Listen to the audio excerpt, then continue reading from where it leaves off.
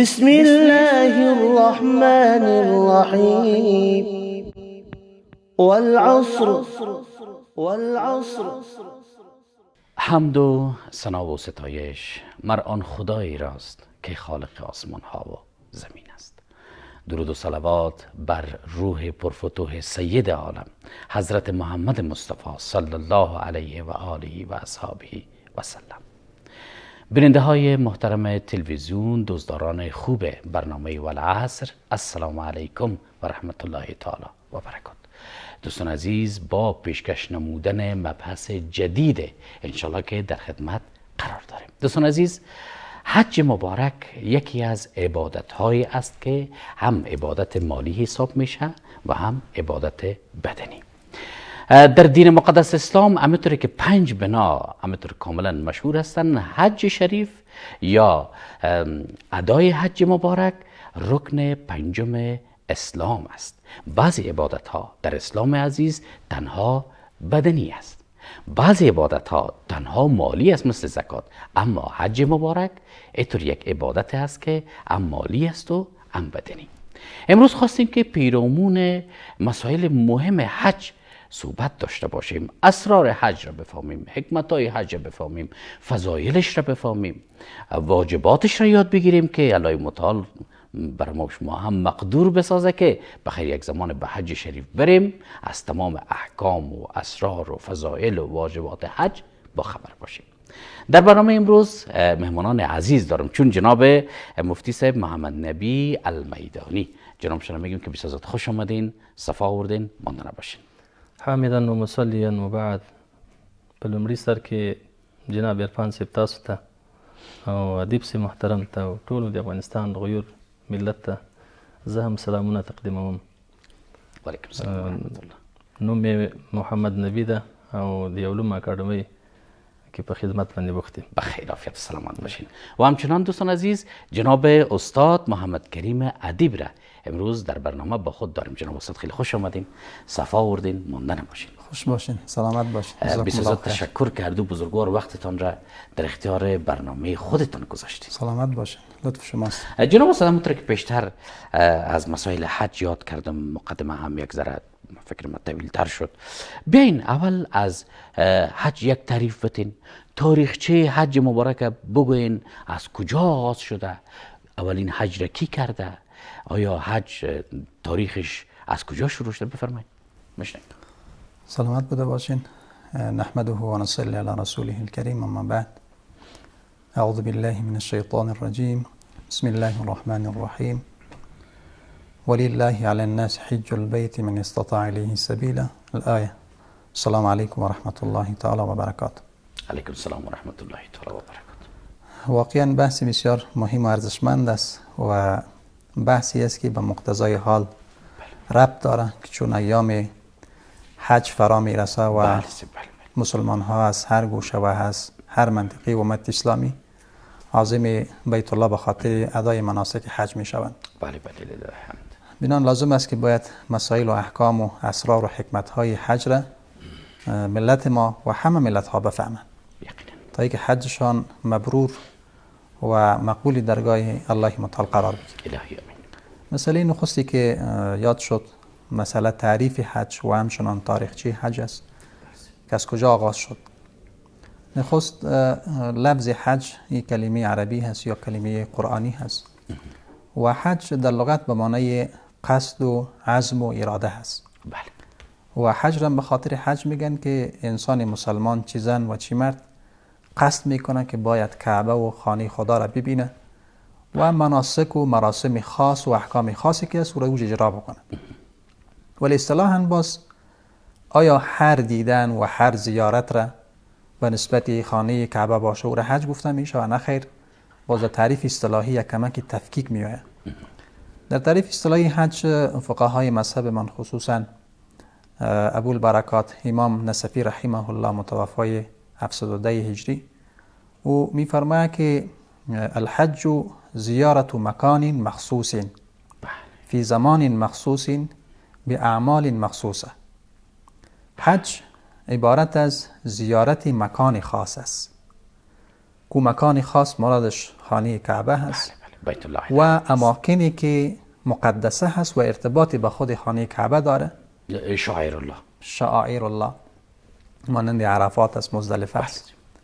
و دوم زیارت خانه کعبه یا دیدار خانه کعبه و اماکن مقدسه متعلق به خانه کعبه هر وقت حج گفته نمی شود، بلکه اینجا قید دوم را ذکر میکنه، به زمان مخصوص، در یک زمان خاص. کو زمان خاص مرادش اونمو ایام ماه ذوالقعده و بالاخره ذوالحجه است که ایام مشخص داره. و سوم به افعال مخصوصه، درست است که خانه کعبه را میبینه، در یک زمان خاص میبینه، ولی با اعمال خاص حج گفته میشود. با اعمال خاص باید زیارت صورت بگیره. بله. پس او اعمال خاص مانند طواف هست، سعی بین صفا و مروه هست، وقوف در عرفات هست، مزدلفه هست، طواف هست، احرام هست و سایر اعمال. پس هرگاه زن و مرد مسلمان در زمان خاص با اعمال و شرایط خاص از خانه کعبه زیارت و دیدار بکنه، اینمی عمل گفته میشه به حج. بسیار. مسئله دوم، اینمی عملی که به نام حج است که از خانه کعبه طواف می شود، زیارت صورت میگیره، سعی بین صفا و مروه میآید، وقوف در عرفات صورت میگیره، مزدلفه هست، طواف ها هست. اینمی عمل که به نام حج یاد می شود از چی زمانی آغاز شد؟ بله، تاریخش از کجا هست؟ بله. راجع به تاریخچه حج نکاتی که قابل یادآوری است. نکته اولی که خود کعبه نخستین مکانی است که در کره زمین ایجاد شده. یعنی نقطه مرکزی و نقطه اساسی کره زمین خانه کعبه هست. بله. یا اولین نقطه‌ای که در کره زمین به دستور الله متعال ساخته شد خانه کعبه هست. بسیار. الله متعال در قرآن کریم می‌فرماید که این اول بیت وضع للناس للذی ببکه، اولین خانه ای را که وضع شده برای انسان ها و خانه بکه است، یعنی مکه هست، یعنی بیت الله هست. بله. در تفسیر این آیه عبدالله ابن عباس رضی الله عنه می‌فرماید که الله متعال 2000 سال قبل از خلقت اصل کره زمین روی آب خانه کعبه را ساخت. 2000 سال قبل از خلقت اصل کره زمین خانه کعبه در عین نقطه ساخته شد. بسیار. و بعد الله متعال از خانه کعبه سایر کره زمین به بار آورد. یعنی نقطه مرکزی خود خانه کعبه بعد از وسعت زمین. بله. از این جهت در میان حدود 50 نامی که برای بیت الله ذکر شده در قرآن کریم و حدیث نبی و آثار، یک نامش ام القری است. بله. مادری همه بلاد و کشورها. بله. چون نقطه مرکزی هست و سایر مناطق از این کش شد و ساخته شد، بنان گفته میشه ام القری، یعنی مادری همه بلاد و کشورها و مناطق. بسیار. دوم، بعد از ای که 2000 سال قبل از خلقت اصلی زمین توسط ملکی ساخته میشه، باز حدود 7000 سال قبل از انسان ها ملائکه از خانه کعبه طواف میکردن. بسیار. بسیار. بعد زمانی که الله متعال بعد از جنیات انسان ها را آفرید، آدم علیه السلام اولین انسانی است که خانه کعبه را برای بار دوم میسازه و از خانه کعبه حج میکنه. و نکته سوم، از زمان آدم علیه السلام شروع تا امروز را که حدود کم و بیش 1,24,000 پیامبر با امتهایش گذشته، همه ایشان از خانه کعبه حج کردند. و خود رسول الله صلی الله علیه و سلم باز در سال 10 هجرت که سال وفاتشان و سال رحلتشان است، اولین و آخرین حج را انجام دادند. بله، یقینا. و از سال 10 هجرت به بعد که پیامبر صلی الله علیه و سلم حج کردند تا امروز امت اسلامی هر سال حج میکنند و میلیون ها انسان میروند از خانه کعبه و از اماکن مقدسه مرتبط به خانه کعبه زیارت میکنند و اعمال خاصی را انجام میدن که الله متعال این حج را بارها نصیب هر زن و هر مرد مسلمان بگردد. خیر و سلامت عافیت باشین جناب استاد بزرگوار. بسیار زیاد تشکر از اینکه بسیار زیبا تعریف کردین و از تاریخچه حج یاد کردین. از شما بسیار زیاد تشکر. جناب مفتی صاحب بزرگوار، از شما میخوام یک چیز دیگر پرسان بکنم. همونطور که جناب استاد از تاریخچه حج یاد کردن، تعریف کردن، شما به این اهمیت و جایگاه حج را در دین مبین اسلام یاد بکنین. پانسه محترم ډېر ښه پوښتنه مو وکړه. په اسلام کې چې په کوم شي باندې حکم سوی وي الله سبحانه وتعالی یا رسول الله صلی الله علیه وسلم د یو شي امر فرمایلی وي دا د هغه په اهمیت باندې دلالت کوي. که چېرته هغه شی محتم بالشان نه وي، هغه اهمیت ونه لري، په شریعت کې الله جل جلاله چې حکیم ذات ته رسول الله صلی الله علیه وسلم چې په داسې شیانو باندې امرونه او حکمونه خپل امت ته کړي دي چې په هغه کې د هغه د ټول امت ښېګڼې او د هغه ټول امت دپاره پکې د دنیا او د آخرت سعادت وي، هغه د اهمیت نه خالي نه وي. په اسلام کې حج د مهمو ارکانو د اسلام شکه ده او پنځم رکن د اسلام بلل کېږي او د مونږ په دین کې او د مونږ په شریعت کې دا یو له مهمو او اساسي او اهمترینو فرایضو څخه یو فریضه ده چې الله سبحانه وتعالی په قرآن کریم کې او رسول الله صلی الله علیه وسلم په احادیث مبارکو کې او د مونږ ټولو فقهاو په دې باندې اجماع ده، منسوسي فرض ده.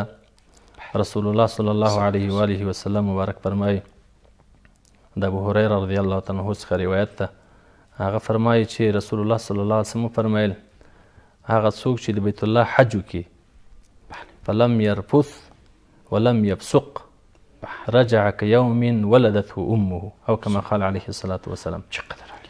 هغه څوک چې د بیت الله حج وکړي د الله جل جلاله دپاره او په دې کې بیا د خپل کور والا سره یو ځای نسي او په دې کې فسق او فجور ونه کړي، کنځلې او جنګونه او جګړې دا له چا سره ونه کړي، رجع کیوم ولدته امه او کما قال علیه السلام.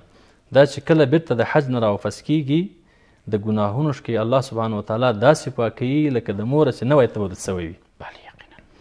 دا احادیث د حج په اهمیت باندې بس نه کوي، نورم زیات احادیث تون لري، لکه رسول الله صلی الله علیه و وسلم مبارک په بل حدیث کې فرمایي چې د دې حدیث راوي هم ابو هریره رضی الله تعالی عنه ده چې پیغمبر علیه السلام فرمایل العمرة الى العمرة کفارة لما بینهما.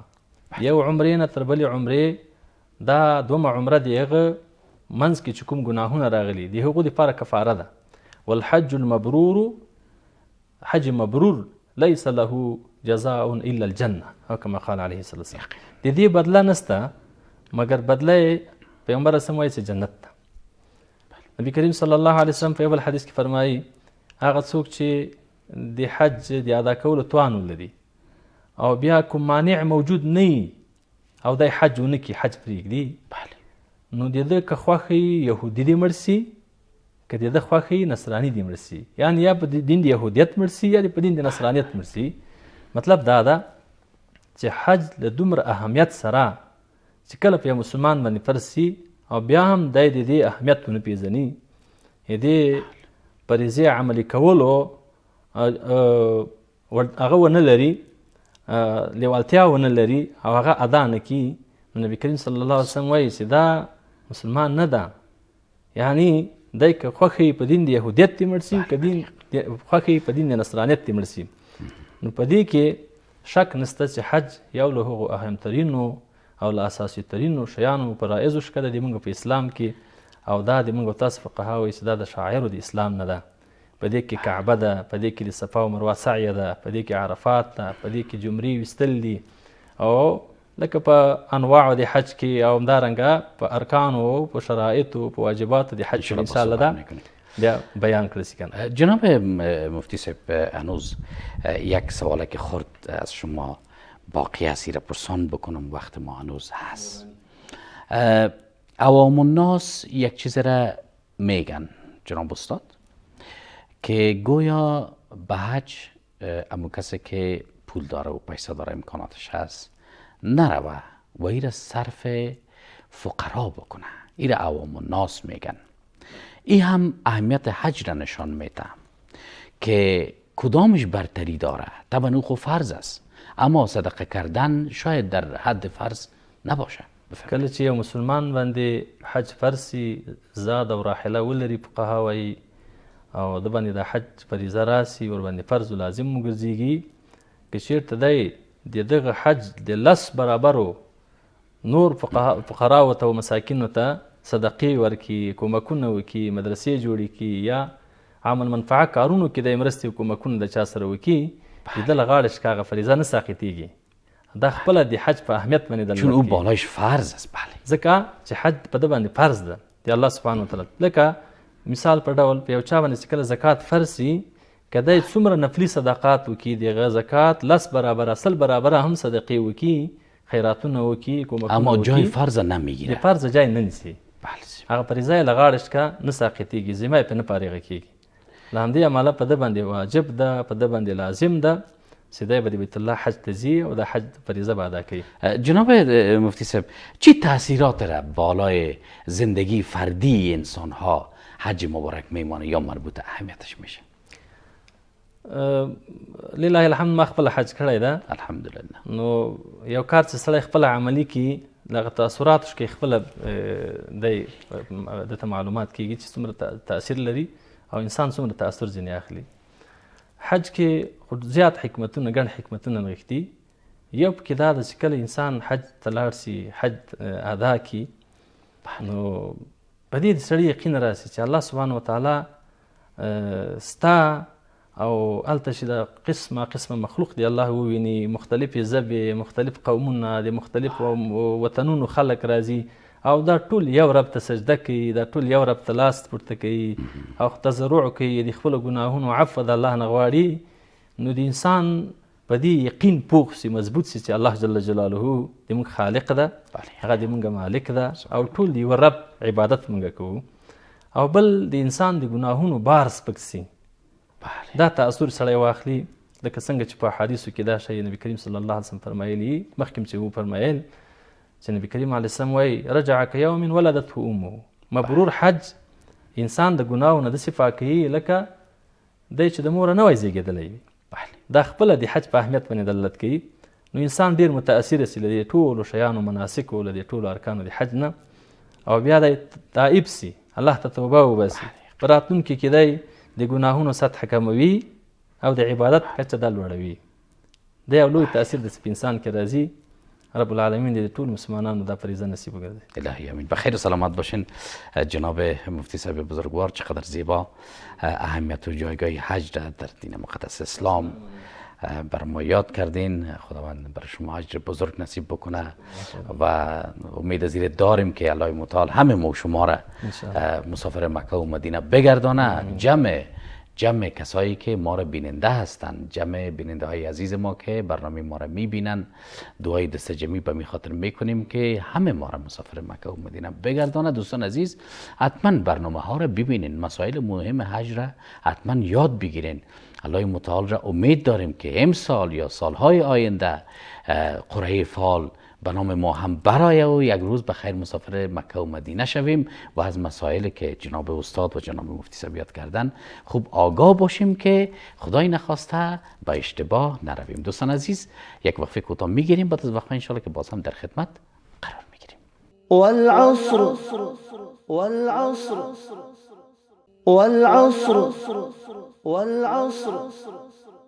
دوستان عزیز، باز هم خوش آمدین. برنامه زیبای والعصر است. موضوع بسیار خوب و مهم را انتخاب کردیم، گرچه الحمدلله طی 2 هفته گذشته برنامه حج را داشتیم، مسائل مهم حج را بیان کردیم و سلسلتا انشالله که تا زمانی که به خیر عید قربان میرسه هم مسائل حج را می داشته باشیم، هم مسائل قربانی را می داشته باشیم، هم انشالله که پیرامون آداب عید مبارک هم انشالله که برنامه های خاص داشتیم. جناب استاد، میخوایم از شما پرسان بکنم که فضایل حج، این عبادت بزرگ مالی و بدنی کدام ها هست؟ چه فضیلت هایی داره؟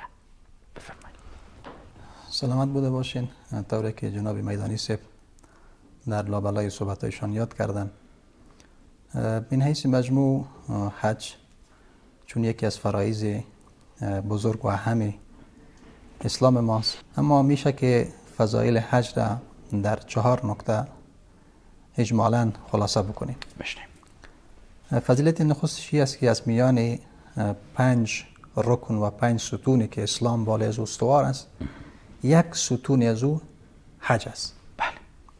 اگر اسلام را شبیه یک خیمه بدانیم، خیمه مجموعه 5 ستون و به اصطلاح اون چتر و ترپال است.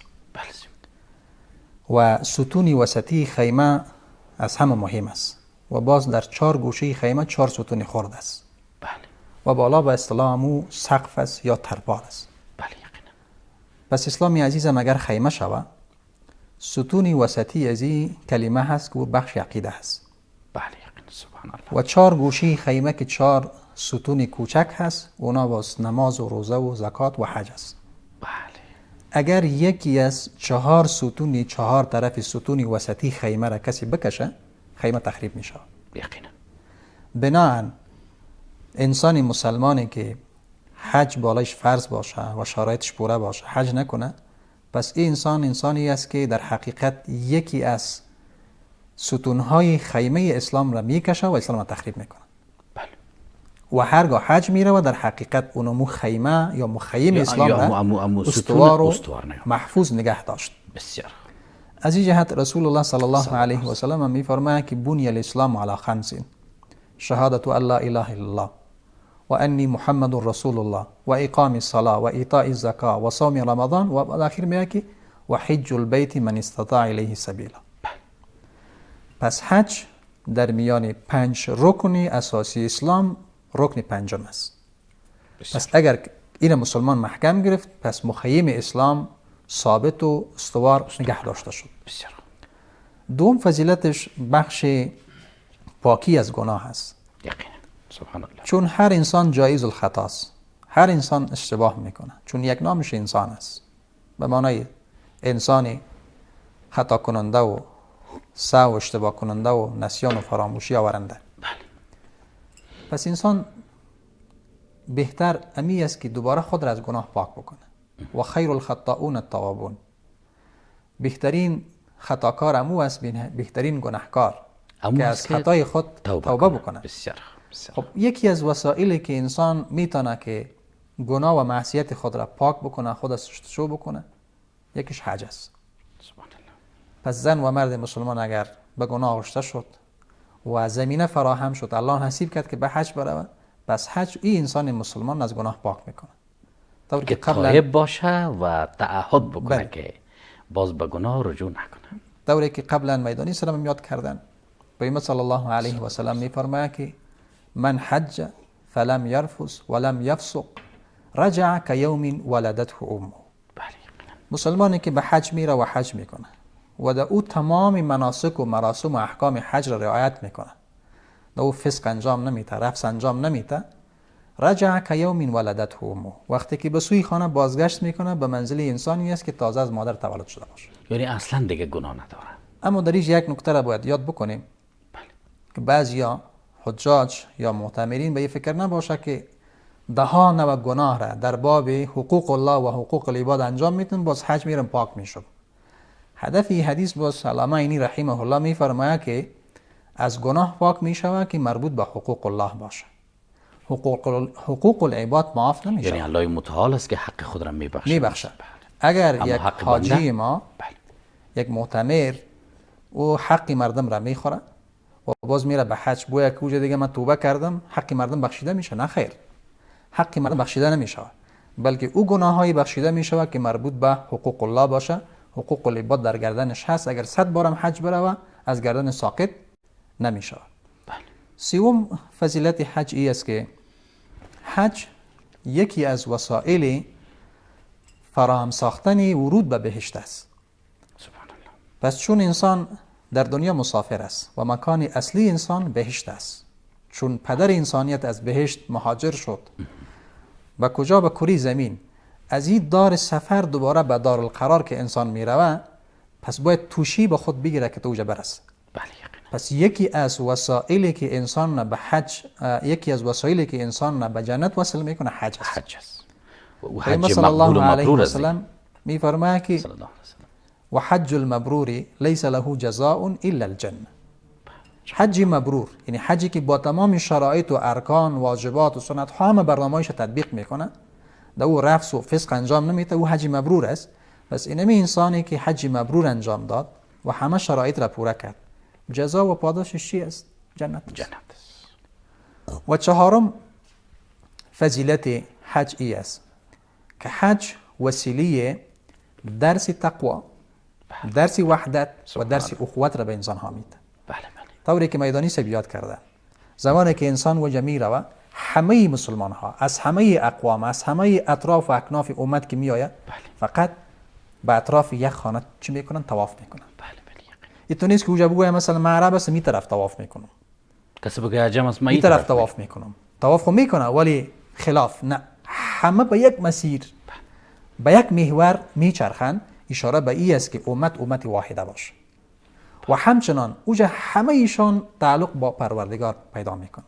اشاره به این است که وقتی از مکه رفتن به سوی خانه، در خانهشان هم باید الله را یاد بکنه. و سیوم بحث وحدت است که مسلمان ها اوجا میبینین یک مشت هستند، محبت دارن.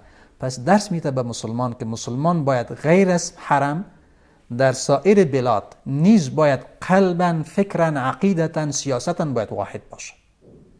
و امروز امت اسلامی نیازمندی وحدت است، نیازمندی اخوت است و نیازمندی محبت است تا اینکه از می بحران‌های سیاسی و اقتصادی و اجتماعی که در امت حاکم است برآیند.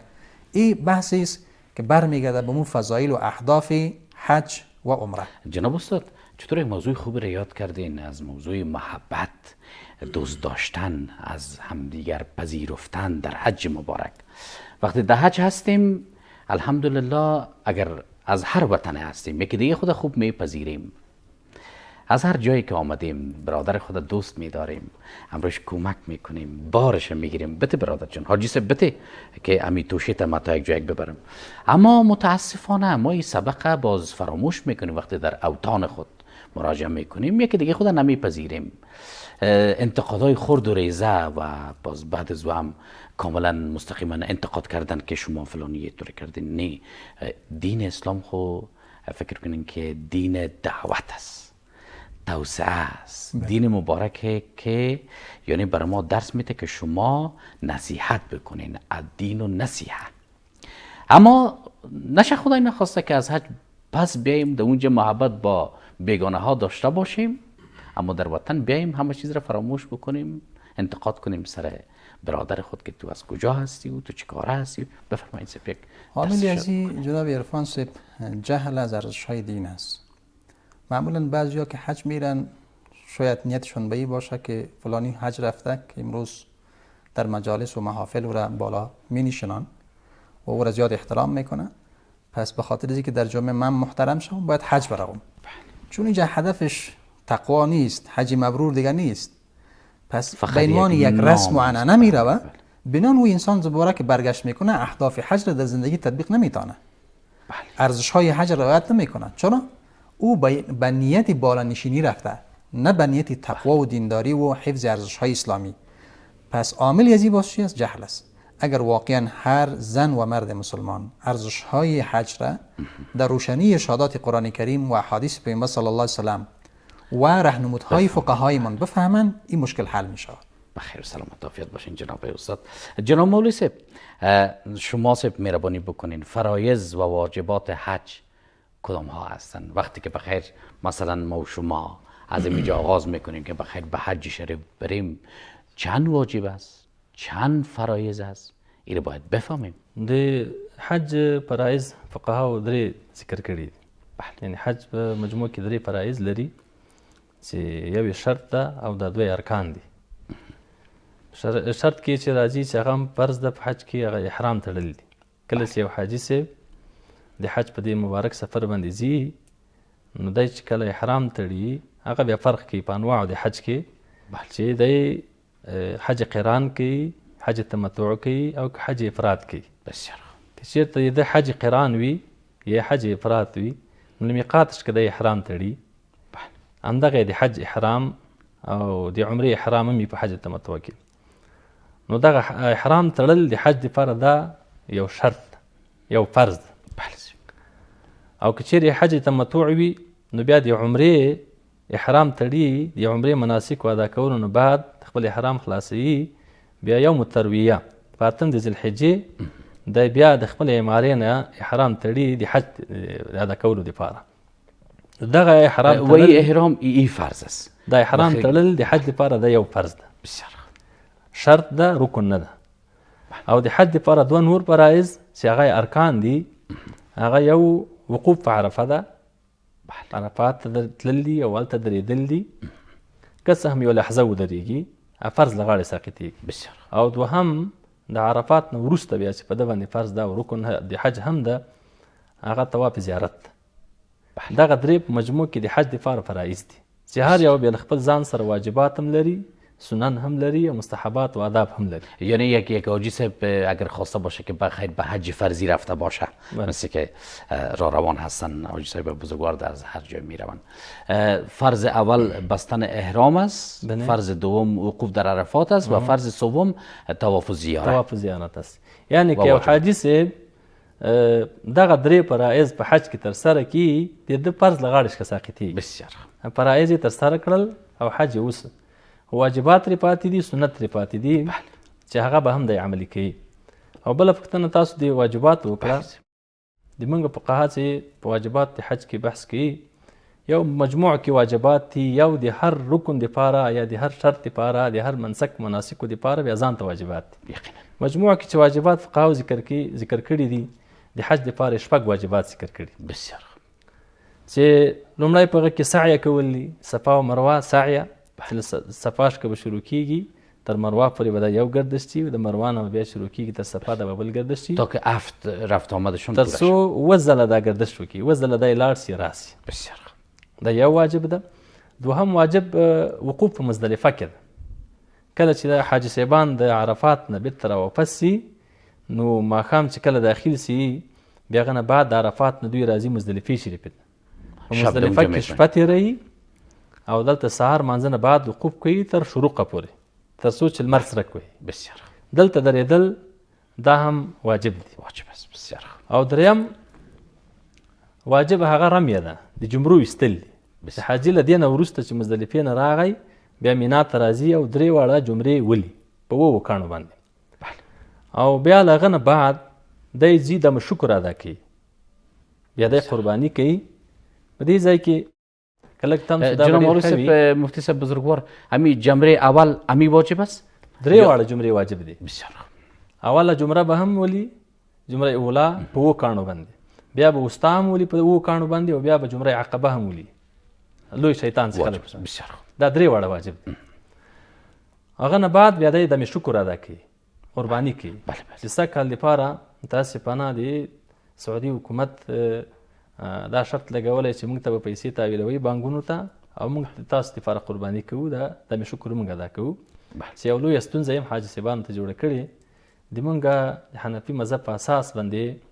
اوس اسلامي امارت مسؤلینو د حج اوقافو حاجي صاحبانو ته فی الحال داسې ویلي دي چې تاسو روزې ونیسئ. قرآن کریم کې الله سبحانه وتعالی دا حکم ذکر کړی، دا منسوسي خبره ده چې کله یو حاجي صاحب دمې شکر نسی ادا کولی، لاسرسی ورته نه لري، یا فقیر مسکین یا اخیستلی نسی، یا یو بل مانع موجود وي، نو درې ورځې روزه به هلته نیسي، باز افروزه د وطن خود بگیره. اووه ورځې به دلته بیا په خپل وطن کې نیسي. یا له حج نه وروسته به نیسي، هغه بیا د ده اختیار ده، که هلته یې نیسي هم نیولی سي، او که خپل وطن ته راوګرځېږي دلته یې هم نیولی سي. جناب مفتی صاحب نو واجبات به زه پوره کړم. بله صاحب بفرمایئ. له دې نه بعد چې ده کله دمې شکر ادا کړي بیا به دی حلق کوي، یا به حلق کوي یا به قصر کوي. دا هم په حج کې واجب ده. سر به وخوري یا به ویښتان خپل کم کړي. بسیار او له دې نه بعد بیا په واجباتو کې چې ده هغه دا ده چې طواف وداع ده. بله طواف وداع ده، آخري طواف. دغه شپږ واجبات فقهاو د حج دپاره ذکر کړي. بیا هر یو په خپل ځان کې واجبات لري، لکه سعی ځان ته واجبات لري، طواف ځان ته واجبات. انشالله برمیگردیم. یک چیز را میخواستم پرسان بکنم از گپ خود شما که گفتین حکومت سعودی این سال مثلا روسیه بار گفتن که پول تحویل بدن. آیا یک سهولت نیست به خاطر ایجاد سهولت؟ البته اونا هم این فکر کردن که برای صاحبای کل ممالک من یک سهولت باشه، پولتون تحویل بدین ما براتون قربانی میکنیم. این یک سهولت. جناب عرفان صاحب ډېر ښه ټکي ته دې اشاره وکړه او ډېره ښه پوښتنه دې وکړه، ښه علمي پوښتنه دې وکړه.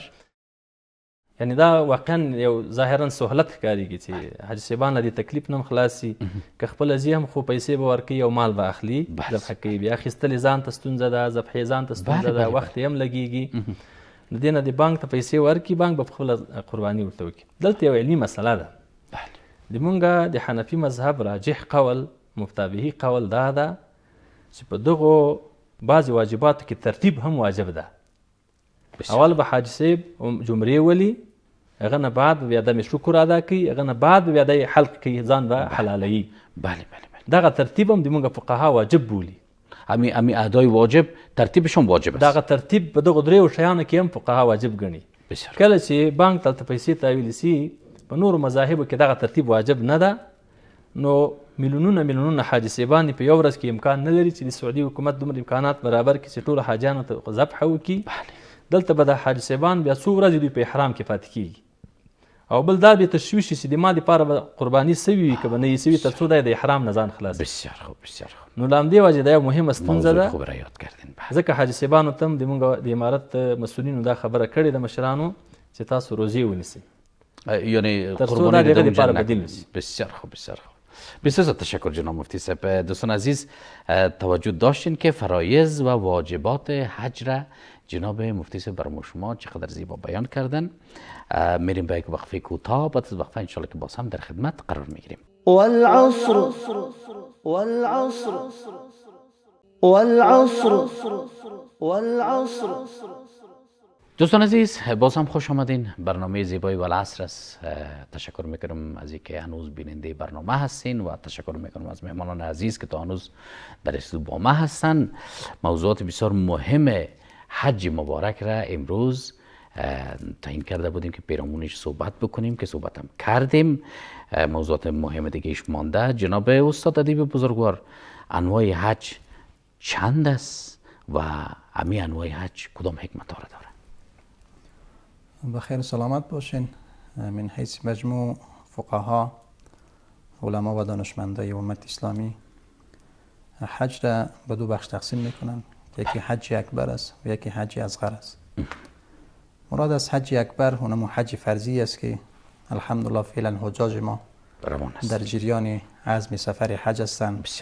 اکثریت رفتن، اکثریت باقی ماندن تا که خدا به مناسک برسانند. اینمی حج اکبر است که به نام حج فرضی هم یاد میکنه. بسیار. و دوم حج اصغر داریم، او باز عمره گفته میشه. بسیار. و حج اکبر زمان خاص داره، هر وقت ادا نمیشه و نمو زمان مخصوصی است که فعلا جریان دارن آزم شدنش و از روز 8 آغاز میشه تا بالاخره روز 4 عید تمام میشه. این مقطع خاصی است که در این مقطع و در این زمان و در این فاصله حج اکبر صورت میگیره. و حج اصغر که عمره هست او باز همه وقت میشه. غیر از مراسم حج دیگه در هر ماه دیگه که 11 ماست میتونه مسلمان هر روز و هر هفته و هر ماهی که اختیار بکنه بروه و از خانه کعبه دیدار و زیارت بکنه، طواف بکنه و سعی بین صفا و مروه انجام بده و احرام داشته باشه. پس دیدار خانه کعبه که به نام حجیات می شود من حیث مجموع دو بخش داره که حج اکبر داریم و حج اصغر داریم. و باز خود حج اکبر که حج فرضی هست، این باز از لحاظ کیفیتش باز سی صورت داره طوری که قبلا مفتی صاحب یاد کردن.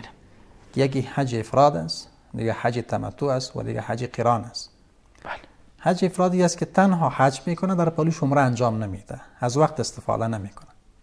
و دوم حج تمتع است. تمتع به این معنا که ادامه بدین باز، یعنی یک حاجی زمانی که میرسه فقط منتظر می باشه که روز ترویه برسه، روز 8 ذوالحجه بخیر برسه، فقط حج فرضی را انجام بده. اونم افراد است. بله، دیگه عمره نمیکنه.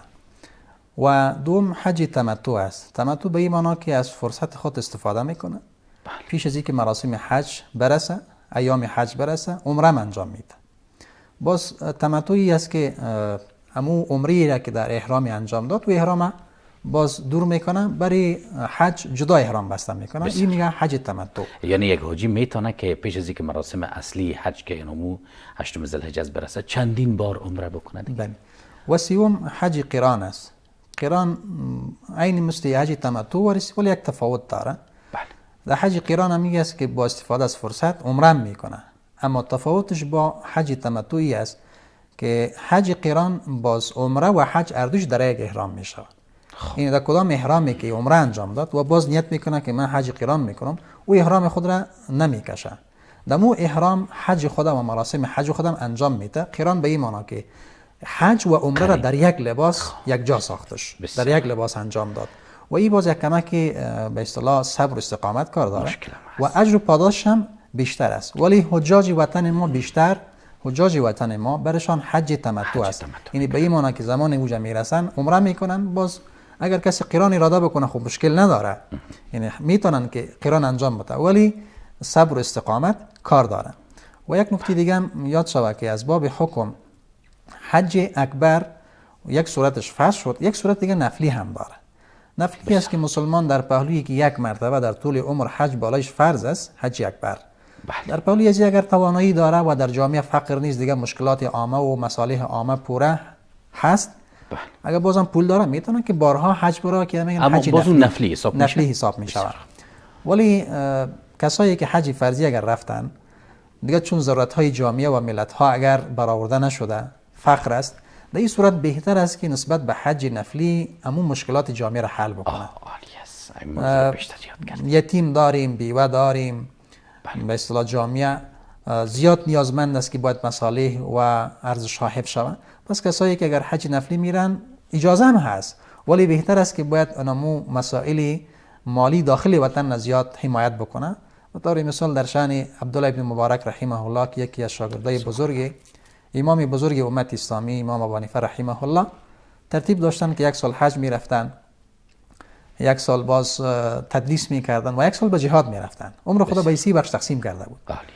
باز در شانش میاد در به اصطلاح در سوانی زندگیش یک بار حج نفلی میرفت و قصد کردن که بروند. در جریان را باز دید که یک مادر پیچ سفیدی لبی جویبار نشسته هست و یک مرغی که مثال خود مرده هست و او را میگیره بر و پالش هم میکنه، ولی از او یک نوع تعفن هم بلند میشود.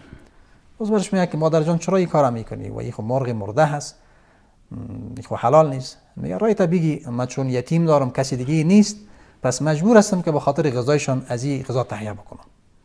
باز اشکای عبدالله بن مبارک میریزه که تو حج نفلی میری و اینجا مردم نان خوردن نداره در داخل خانواده یتیم و بیوه. باز او وقت همو در همو دیناری که با خود داشت را در مو چادر مادر میریزه و باش میگه که را مصرف بکن، ولی حج نمیره. اما عبدالله بن مبارک رحمه الله باز پیامبر صلی الله علیه و سلم در خواب میبینه. ماشاءالله سبحان الله. وقتی که در خواب میبینه، در خواب برش گفته میشود که به نسبت از اینکه تو یکی از خانواده امت را حمایت کردی، الله متعال به چهره و سیمای تو ملک را مقرر کرده که هر سال به عوض تو حج بکنه. هر سال حج بکنه؟ بله. بنان هدف از این است که قبلا یاد شد که اسرار و حکمت هایش چیست. من حیث مجموع حکمت حج این است که مسلمان به خاطر دین و به خاطر دین الله و به خاطر مسلمان ها اگر نیاز شد جسم و مال خود را همزمان مصرف بکنه. اصل اسرار حکمت حج نمیست که مسلمان مال و جسمش تابع ذات الله و دین الله باشه، به خاطر ارزش های اسلامی و حفظ مصالح مسلمان ها مال خود را فدا بکنه و جان خود را فدا بکنه. پس وقتی که از حج برگشت جای فقیر و یتیم و بیچاره بود و این سرمایه دار بود، اگر کمک نکرد این اصلا هدف حج را نفهمیده. بخیر سلامت عافیت باشین جناب استاد. جناب مفتی صاحب، توشه سفر حج باید چی باشه؟ توشه هدف مزنمی هزینه‌ای که انسان میکنه با خود آدم چی بگیره که الله متعال حج دی پاره شرایط ذکر کوي د فرضیت دی پاره په چا باندې فرض ده.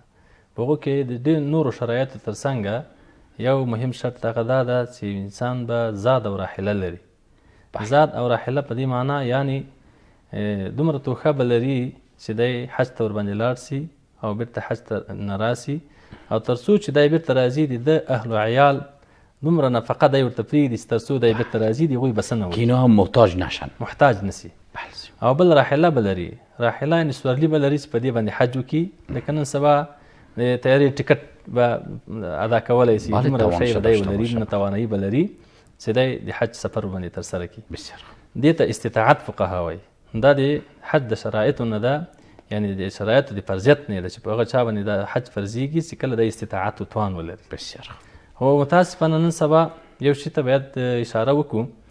د علیقدر امیر المؤمنین حفظه الله تعالی 18مه ګڼه فرمان کې هم دا خبره یاده سوې ده په صراحت باندې چې ډېری حاجیان د موږ افغان حاجیان چې کله حج ته ځي دومره مقدار پیسې لري چې دا حج ورباندې وکړي، خو د دې تر څنګ د عرف رواجونه دومره عام سوي دي او د ریښې دومره ښخې سوي دي چې کله یو حاجي د حج نه راځي نو خامخا به ډالۍ له ځان سره راوړي، خامخا به تحفې راوړي، خامخا به جاینمازونه راوړي، خامخا به نور عطرونه او شیان راوړي، تر څو دا بیا خلکو ته په تحفه کې تحفه به تبعل سي.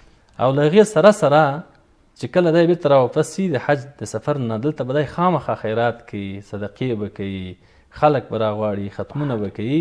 دا هغه څه دي چې زموږ ډېری مظلوم وګړي د حج د ادا کولو شکه پرېښي دي. بله یعنی د حج د ادا کولو توان لري، خو د هغو نورو مصارف بله مصارف بعد از حج نداره. هغه مصارف نه. نو دا یو غلط رواجونه دي او د شریعت نه خلاف دي، دا په حاجي باندې لازم نه دي.